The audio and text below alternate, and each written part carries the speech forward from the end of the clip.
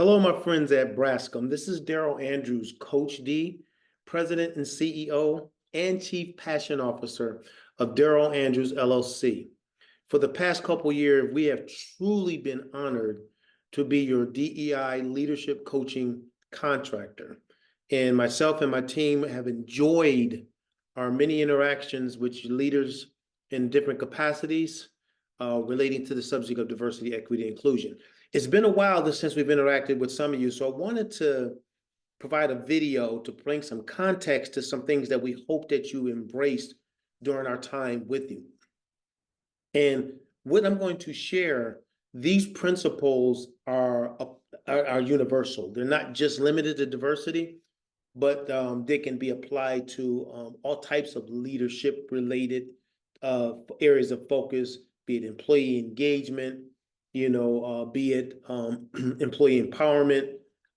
Again, so these are just some things. So within the context of our DEI, we have two models that we spend a lot of time focusing on. One is DEI from the inside out, which is a humanistic model of diversity, equity, and inclusion, because we believe that's the most important aspect of DEI, is seeing it from that human perspective and how do we treat all people with value and appreciation within the workplace.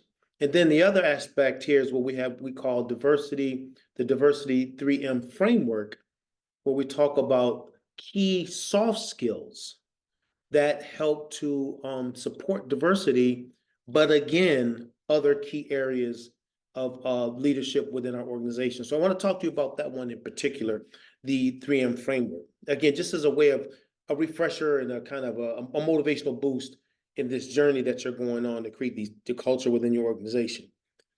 So the framework, the first M in the framework is mindset. And what we focus a lot on is Dr. Carol Dweck's, what she calls a growth mindset process. And the growth mindset is basically a mindset in which I'm willing to try things, even if there's a risk of failure. I'm going to try.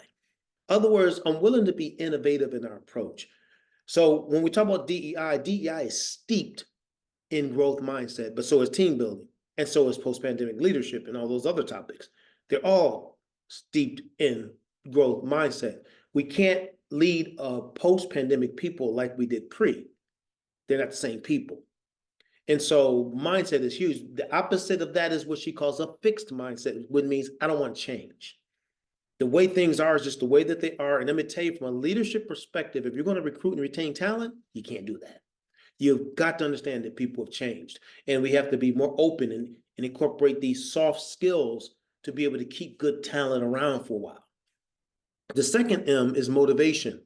And the motivation really answers the question, why? Why are we doing this? I know in interaction with many of you leaders there, I've had a chance to have so many conversations.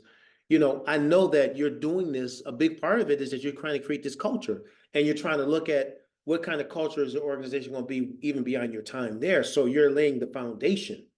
So the why is that this is why we're doing it. When no matter who's hired here at Braskem, no doubt they're going to have an experience that's going to be memorable for them.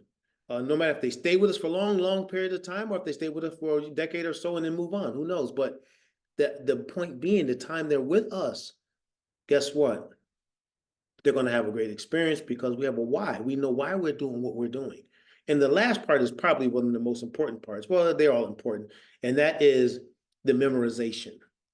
The memorization is simply this. Memorization is the culture. In other words, when we go through coaching and training of anything, the worst thing we can do is forget what we learned. Forget it, like I never went through it. And the key to making sure you don't forget is implementation. Taking these ideas and concepts and applying them once you start learning them. Most of our coaches are always going to give you assignments because why? We want you to work these. Because the culture doesn't change, I don't change, you don't change if we don't work the principles.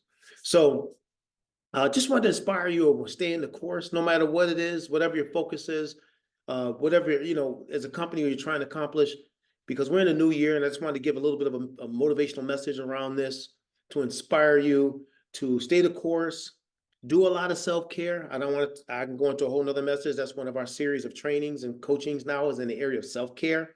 I'm finishing a book entitled Empowering Self-Care and also the self-care community.